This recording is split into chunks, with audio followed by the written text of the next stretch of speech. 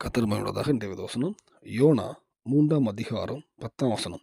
அவர்கள் தங்கள் பொல்லாத வழியை விட்டு திரும்பினார்கள் என்று தேவன் அவருடைய கிரியைகளை பார்த்து தாம் அவர்களுக்கு செய்வேன் என்று சொல்லியிருந்த தீங்கை குறித்து மனசாப்பட்டு அதை செய்யாதிருந்தார்.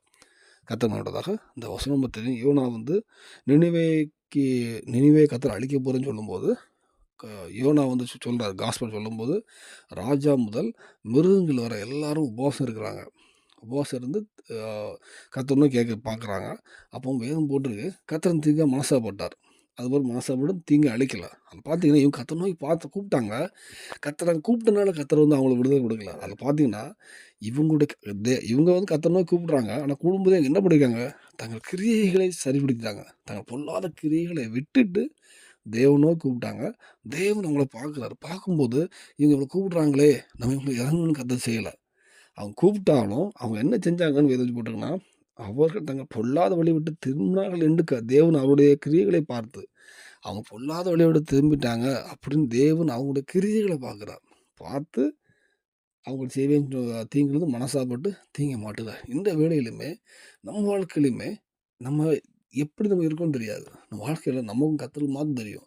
நம்ம சரியா இருப்போம், சரியா இருப்போம்னு நெனச்சுட்டு இருப்போம். பொல்லாத வழியில நம்ம நினைப்போம் நான் கொலை பண்ணல, அது பண்ணல, இந்த விபச்சாரம் பண்ணல, அது நெனச்சுட்டு இருப்போம். தேவனுக்கு ஒரு ஒரு பொருளாசை இருந்தா கூட அது விக்கிரகாராதனை வேதத்தின்படி.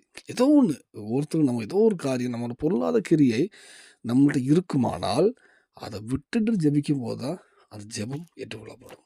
நம்ம அநேக காரியத்த ஜெபிச்சுட்டு இருப்போம். வியாதிக்காக சில காரியங்கள் நமக்கு பதிலே இல்லாம இருக்கலாம். ஏன்னா, சில காரியம் கர்த்தர் நம்முடைய ஜெபத்த ஏற்றுக்கொள்வதற்கு நம்முடைய கிரியைகளை பார்ப்பார். நம்ம கிரியைய பார்ப்பார். நம்மள்ட்ட பொல்லாத கிரியை இருக்குமானால், அது காலதாமதம் ஆயிட்டே இருக்கும். அன்னைக்கு நினிவே ஜனங்கள் தங்கள் பொல்லாத வழிய விட்டு விலகும்போது தான் கர்த்தர் பார்த்து அவங்களுக்கு இறங்குறார்.